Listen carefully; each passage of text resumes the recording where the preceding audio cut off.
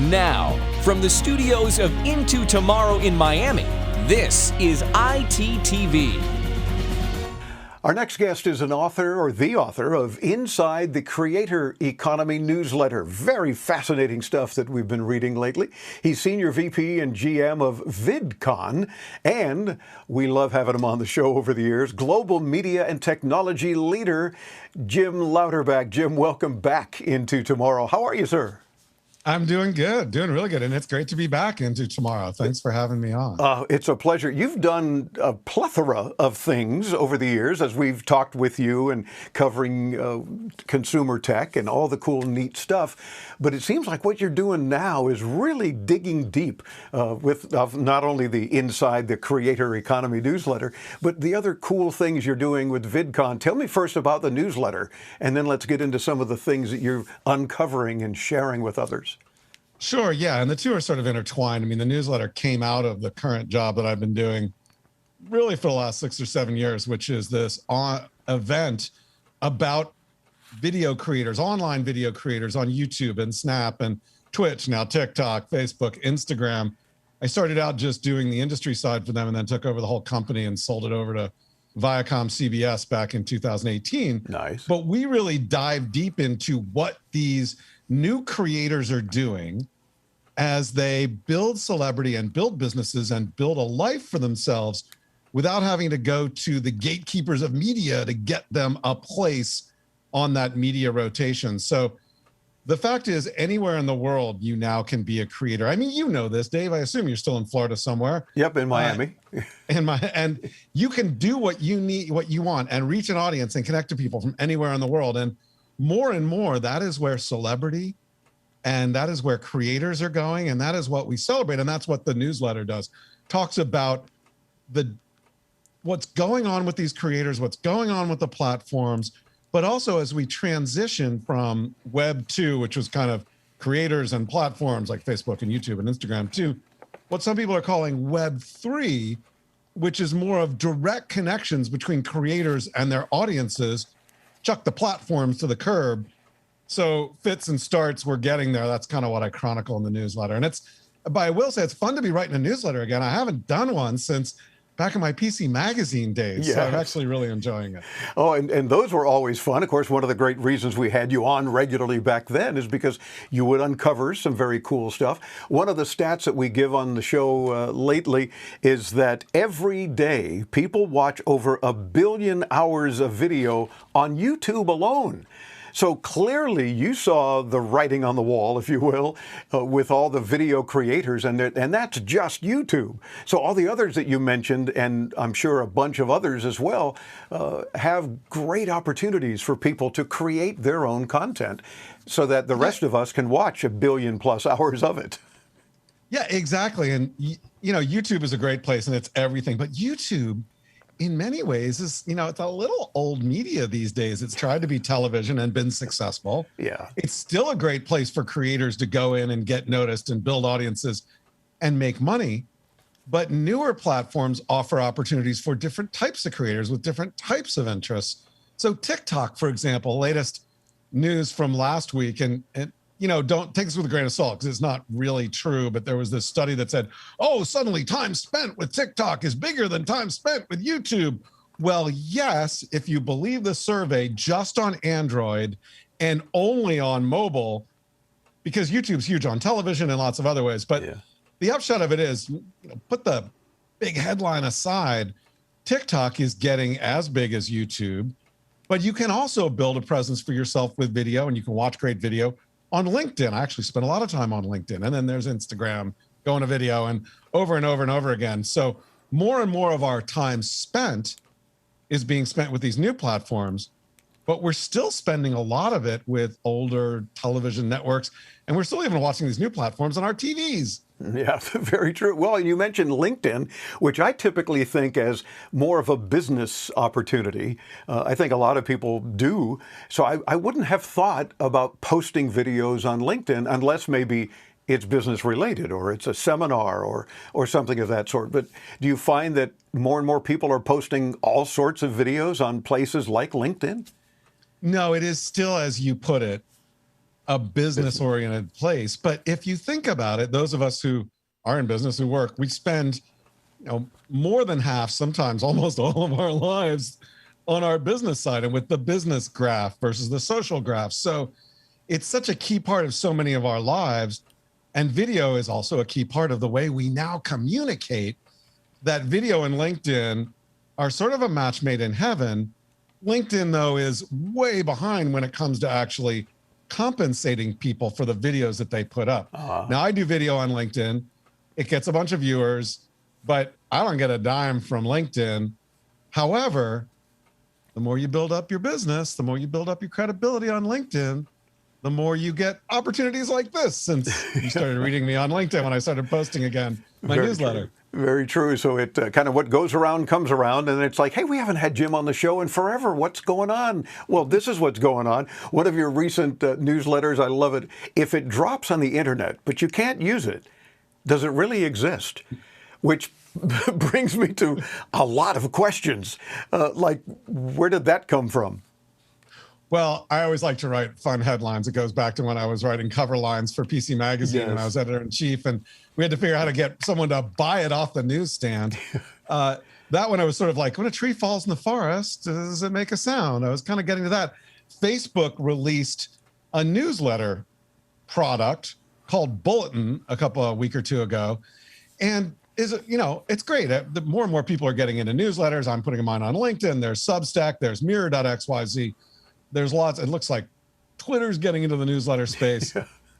So Facebook does it, but it's only their hand-picked 20 people that can get on it. And so you see this a lot. You see, for example, Clubhouse releasing on iOS only, although they're on Android now. You see people coming out with special releases that are only available to certain key people in the know. I don't know. It just kind of pissed me off. So I was like, you know what? If you're going to put something out there and make a big deal out of it, how about you let everybody use it? And I'm thinking from a creator perspective, because that's a lot of what I do, is sit at the center of this creator economy. And you may have built this great newsletter business platform, whatever you want to call it, but if only 20 people that you handpicked can go on it, is it really relevant? I don't think so, because in the end, if I want Malcolm Gladstone or whatever his name is, I can find him lots of different places. But as a platform like this for the creator economy, you should be giving voice to new voices, letting new people rise up. Absolutely. Discover new people. So that's kind of what got me going. Well, and I'm glad that it did, because it's almost like we've spent a whole lot of our 26 years on the air looking for startups, looking for little companies, around the outskirts of these big shows. Remember back when we could travel to trade shows and so forth? We would spend a lot of time looking for those gems. Everybody knows the big companies are doing their thing. To your example, great. So these 20 people, let's say, have some interesting insight into something, but they're the only people that I get to listen to or watch. It's always better to expand your horizon. So I think your point is well taken along those lines. Well, and it actually ties back to things we saw many times at CES and other shows. Vaporware, right? Yes. I mean, how many times have we seen a big product roll out and be like, well, it's going to be great, and then it never ships? Yep. Well, and it's like how many people we teased with it over the years too. That's why now we do an interview, and it's not quite out yet, but it will be in the fall. Well, of this year, you want to pin them down a little bit. Well, we hope so. It's like, oh boy. Well, all right, folks, don't get your hopes up. But if it does come out, we'll tell you. But yeah, good point. Vaporware, classic example. Yeah, it's still out there. It's just in a different form. And so, but we see the top online video platforms, whether it's YouTube or TikTok or Facebook, Instagram, whatever, they announce new things because they're all trying to one up each other. It seems like they're all trying to be TikTok. Yes. But, you get it out there and you get excited about it, but then it's only available to a certain number of people. And so I do think that if you're going to make a big announcement about something, don't just do it as posturing. Just let everyone use it. Yeah. Good point. Good point. I love that. One of your other awesome articles that got a lot of response too. Facebook wants to be king, but it's spending like a drunken sailor. Is that in reference to them buying up all these other little companies and trying to do something with them, or some other reference there? Yeah, I was really referring to their aspirations in virtual reality and augmented reality. And as we could go old school and talk about VR. I mean, you probably remember 25, 30 years ago when Silicon Graphics came out with some of the early VR stuff. We're like, it's going to be great. You know, here we are. It's like probably the third or fourth iteration of VR. It's going to be great. And we're still waiting. But Facebook really thinks that that now is the time. So, you know, it did Oculus, but it's also buying up game studios and lots of other companies as it tries to corner that market. And so I think that's really interesting. And Facebook did the same thing with Instagram. They did the same thing with WhatsApp. Yeah. And they've done a lot of acquisitions, either to take money off the table, to compete with people, to shut them down. Kind of taking a page out of Microsoft's business from the past. Yes. Right? Yeah. If we can't be you, we'll just shut you down. Yeah, we'll either buy you or we'll copy you and shut you down. Yep. But I think when it comes to VR and AR, it is such a new space. And Epic, who makes Fortnite and makes the game engine, is very, very big in this space and is building the sort of metaverse and the VR AR world in a very open way, contrasted to Facebook, which is like engulf and devour. And then there's also Apple, who supposedly is working on their AR glasses, which, you know, probably 5 years away. But if they do what Apple always does, they may not be first, but they could be best. So I don't think Facebook can corner it, but they're trying.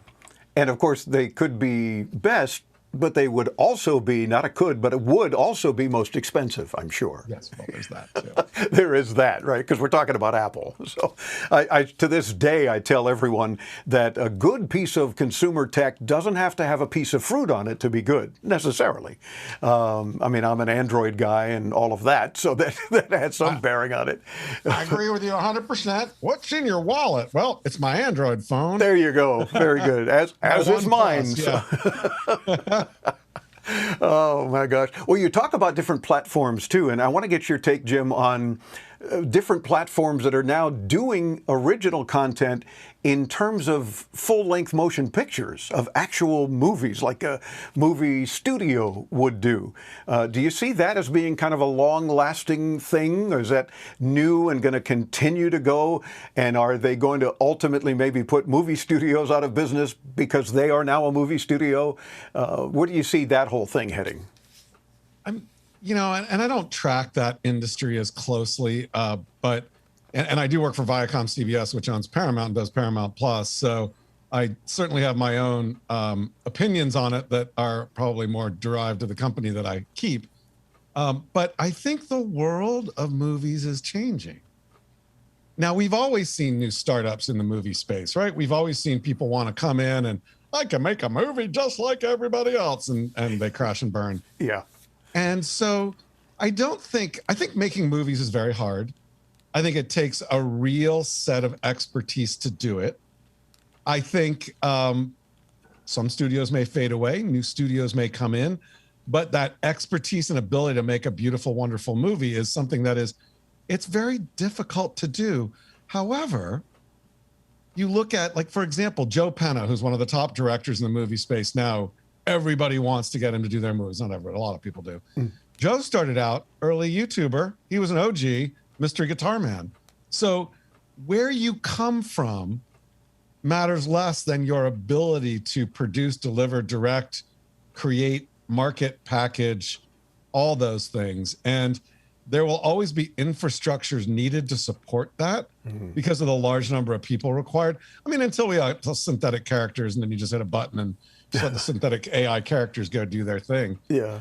So if there's one less traditional studio and 2 or 3 new studios, I don't see that as being any different from the evolution that we've seen in Hollywood over the last 40 or 50 years. Interesting.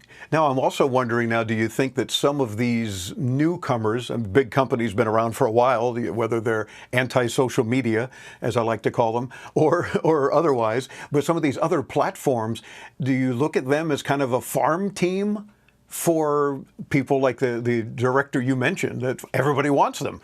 And maybe because they've got experience doing their own short form items on YouTube or something, now maybe they're ready to sit in the big chair and direct a full-length motion picture, which hopefully will come out well, but may or may not flop. I think it's a spectrum. I think there's some people who work really well in the short form medium. There's some people who work really well in the personal medium. Hi guys, it's good to see you. I'm going to do makeup today. I mean, not to make fun of them, but it's a great thing and people love it. Yeah. And there's some people that are very good at that visual storytelling in mid form, and some people who get very good at visual storytelling in long form. So I just think we have so many more opportunities now for people who have that creativity and have that ability to tell stories visually, to build an audience, connect, make money, and make a living.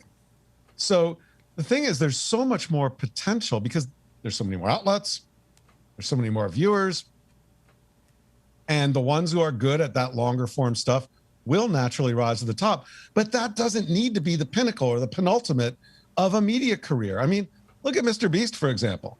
Mr. Beast is really good at those 20 to 25 minute, big things, big reveal, you wait for it. But he's also really good. So he's really good at visual storytelling in his team. He's really good at putting a team together. Yeah. But he's also really good at building a burger franchise. And he's also really good at a bunch of the other businesses that he's building. So what is success? Good point. And that is yet to be proven. There's so much more I want to talk to you about. I can already tell we got to get you back on again soon. But I wanted to talk, you and I both discussed startups. Startups get a free booth at VidCon. So now tell me, as Senior Vice President and General Manager of VidCon, what is VidCon and how does that all come together? Sure. VidCon is the world's largest collection of events about online video. We are basically three events in one. We're a fan festival, we're a creator conference, and we're an industry summit. So Fan festival, see your favorite creators. Creator conference, come and learn how to make better videos and build an audience and learn from people who come before. And then on the summit side, the industry side, it's a B2B conference, like all the B2B conferences we've ever been at, except you're surrounded by creators and fans. So what we're doing with this innovation showcase is we're offering 12 startups the ability to come. We're going to give them a small booth. We're going to put them on stage and show off the great stuff they're building for the creator economy. And it's free. Awesome. So go to vidcon.com and apply, and we're going to pick 12 in the next couple of weeks.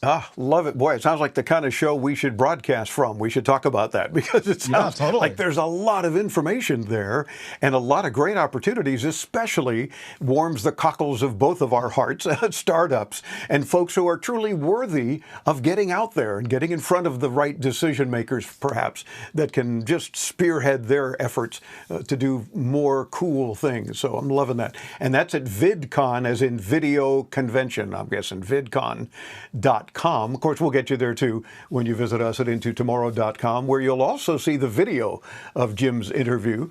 And while we oftentimes will do video from all of our guests because they have things to show, we have Jim to show and a really cool background on his video. So do come and check that out as well. So Jim, what's on tap for you slightly into tomorrow in addition to VidCon? Oh, and by the way, where and when is VidCon?